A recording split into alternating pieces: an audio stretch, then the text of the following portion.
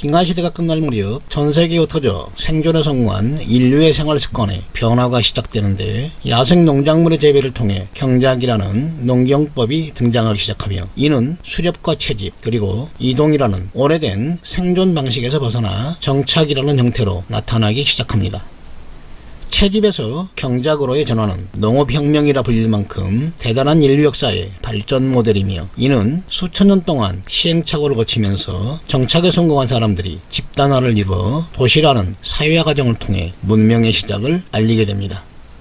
농경이라는 생활 방식으로의 전환은 전 세계에 다발적으로 나타났으며 정착에 성공한 사람들 중 일부는 동물을 가축화하여 고기를 얻는 또 하나의 생존 방식을 선택하였는데 이는 사냥이라는 위험한 생존 방식으로 살아가던 수렵 채집인들에게 영향을 미치게 됩니다.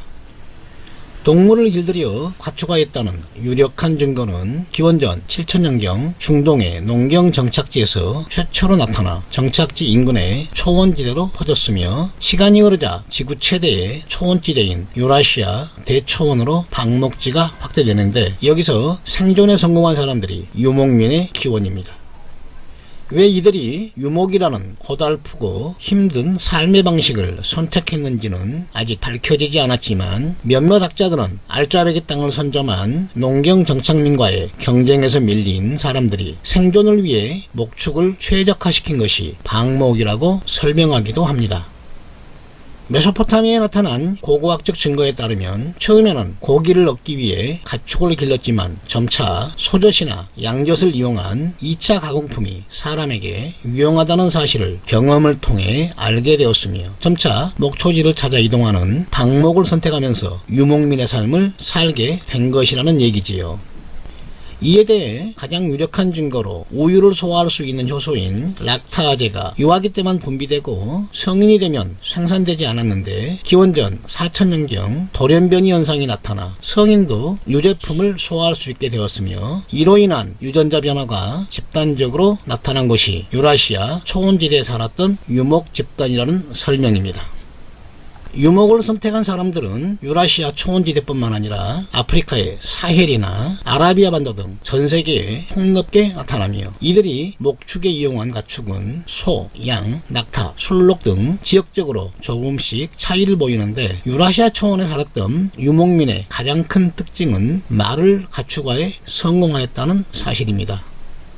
고고학적 증거에 따르면 기원전 3500년경 카자흐스탄 북부 초원지대에 살았던 사람들은 말을 사육하여 고기를 얻었으며 기원전 3000년경에는 서부 대평원으로 확장되었다는 증거들이 확인되었지만 이들이 종마와 암마를 특별 관리하여 번식을 직접 통제했는지에 대해서는 의견이 엇갈립니다.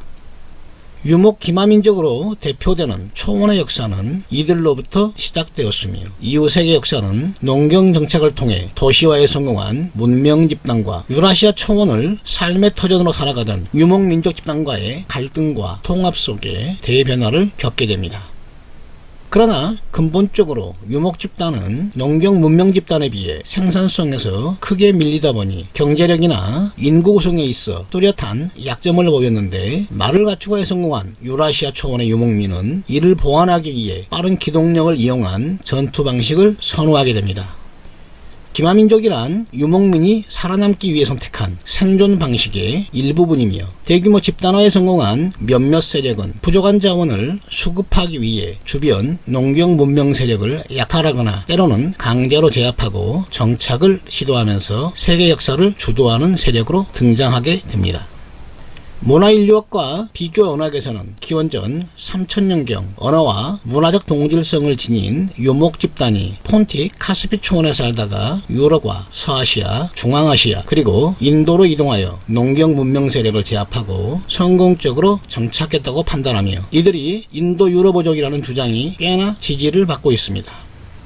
인도 유럽어를 비롯하여 우라르, 알타이 제국 등 수많은 민족들의 언어적 기원이 유라시아 대초원에 있다는 사실로 볼 때 이곳에 살았던 유목민이 세계 역사에 끼친 영향이 얼마나 대단했는지를 가늠하는 잣대가 될 것입니다.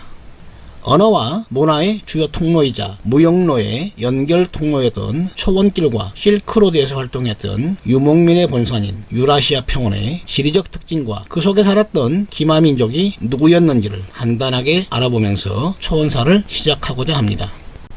유라시아 대평원은 동유럽에 있는 판노니아 평원에서 시작하여 서부 대초원이라 부르는 폰티카스피 대초원을 지나 중앙 대초원으로 불리는 카자흐 초원, 그리고 동부 대초원으로 불리는 몽골 만주 대초원까지 총 8,000km의 길게 늘어선 초원지대를 말합니다. 현재는 사막화가 진행되어 탈인분지 초원은 완전히 사라졌으며 중앙아시아 전체를 차지했던 중앙대초원은 카자흐 초원으로 축소되었으며 동아시아 북부 대부분을 차지했던 동부대초원은 고비 사막의 확대와 내몽골의 사막화로 현재는 몽골과 대응안녕 사이에만 초원이 존재할 정도로 작아졌다는 역사적 사실을 알아둘 필요가 있습니다. 유라시아 초원의 동쪽 끝인 만주는 일찍이 여와유역에서 농경 문명이 탄생했던 곳으로 농경과 유목이 혼합된 경제를 이루며 서쪽 끝인 판노니아 평원은 목초지의 품질이 워낙 좋아 수많은 유목민이 정착하였으며 일부는 다뉴브강 유역에서 농경과 목축이 혼합된 경제 형태를 보입니다.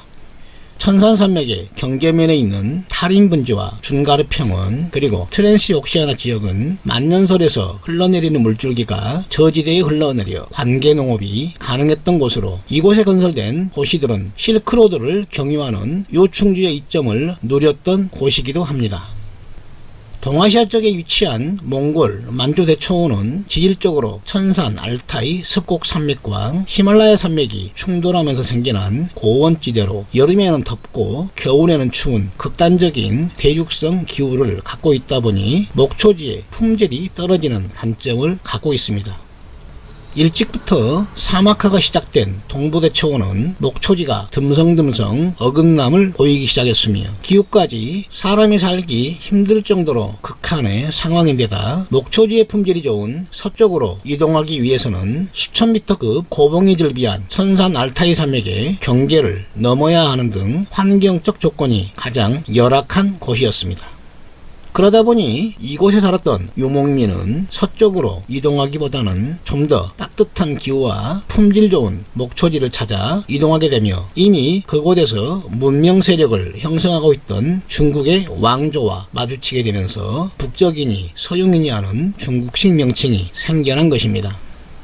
동부대초원을 대표하는 최초의 기마민족은 흉노로 유라시아 평원을 동서로 가로지르며 당대 최강의 문명 세력이던 한나라와 제정로마를 공포에 떨게 할 정도로 위세를 떨쳤으며 흉노가 몰락한 후 선비, 위연, 위구르가 차례로 중국과 경쟁합니다.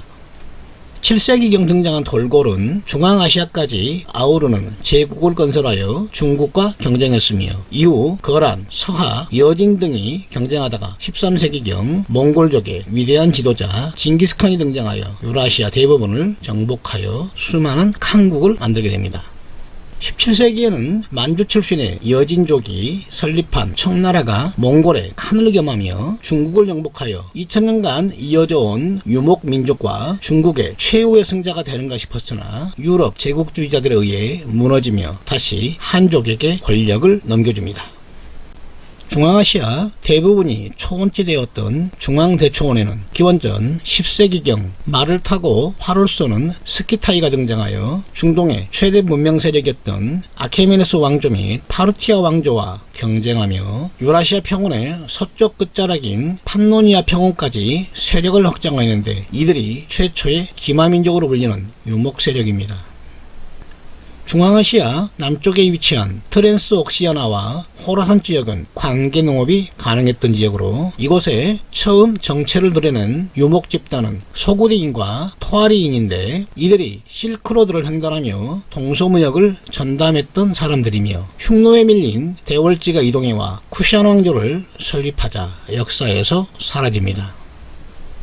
이후 돌골 등 튀르크계 유목민족이 등장하여 중앙아시아를 대표하는 민족이 되며 이들은 중동의 이슬람 세계에도 용병으로 참여하면서 무슬림의 길을 걷게 되는데 터키는 스스로를 돌골의 후예로 자처하며 튀르크계 민족 대표는 자기들이라며 유세를 떨고 있습니다. 흥미로운 사실은 중앙대초원과 몽골 만주대초원 사이에 있는 천산산맥과 알타이 산맥에는 만년설이 덮인 봉우리가 여러 곳 있는데, 이곳에 살던 유목민들은 공통적으로 만년설 봉우리를 성산으로 받들어 모시는 탱그리 신앙을 가지고 있다는 것입니다. 유라시아 초원의 서쪽에 위치한 판노니아 초원과 폰틱 카스피 대초원은 지형적으로 카파도니아 산맥이 경계를 이루고 있지만 지중해성 기후의 영향으로 목초지의 품질이 가장 좋았는데, 통로가 서로 연결되어 있다 보니 유럽으로 진출하려는 유목민의 교통로 역할을 했던 곳입니다. 초기에는 켈트, 트라키아, 사마티안, 그리고 게르만족 계열의 부족들로 알려진 사람들이 살았는데, 그들의 생활상이 어떠했는지에 대해서는 잘 알려지지 않았으며 대체로 페르시아 계열의 민족인 스키타이의 영향력 아래 있던 곳입니다. 그러다 아틸라가 이끄는 훈족이 판노니아로 진출하자 이에 놀란 게르만족이 도망치면서 당시 유럽 사회를 지배하던 로마가 흔들리며 망조의 길을 걷게 되는데, 역사에서는 이를 게르만족의 대이동이라고 설명합니다. 흑해와 카스피해로 흘러드는 다뉴브강, 드네프르강, 돈강, 볼가강, 우랄강 등 풍부한 수자원이 사막화를 막아주었을 뿐만 아니라 수군을 이용한 운송 시스템이 용이하기 때문에 유목민뿐만 아니라 바이킹 그리고 슬라브족이 두각을 나타내면서 도시가 발전하게 됩니다. 유라시아 평원 중 마지막까지 비호감을 유지했던 서부대초원은 10세기경 경제력까지 갖추게 되면서 거의 인종전시장이 되다시피 경쟁이 치열해지며 수많은 국가들이 들어서게 되는데, 그중 볼가강의 수군을 장악했던 러시아가 강대국으로 성장하여 중앙대초원과 서부대초원을 지배하게 됩니다. 유라시아 초원을 지배한 유목민은 기마와 궁술 그리고 철기가 결합된 전투 기마민족이라는 무시무시한 이름으로 문명 세력의 그 등장을 알렸으며, 대부분의 농경 문명 세력은 이들에게 무너져 몰락했다는 이 역사적 사실은 이제부터 시작일 정도로 그 정보가 아직 부족합니다. 초원에 살았던 유목민은 10세기경 들어서 문자를 통해 기록을 남겼기 때문에 고대에 살았던 유목민의 실체를 알기 어려우며, 최근에 들어서야 고고학 발굴과 주변 문명 세력의 기록을 연구하면서 새롭게 재구성된 역사일 뿐입니다.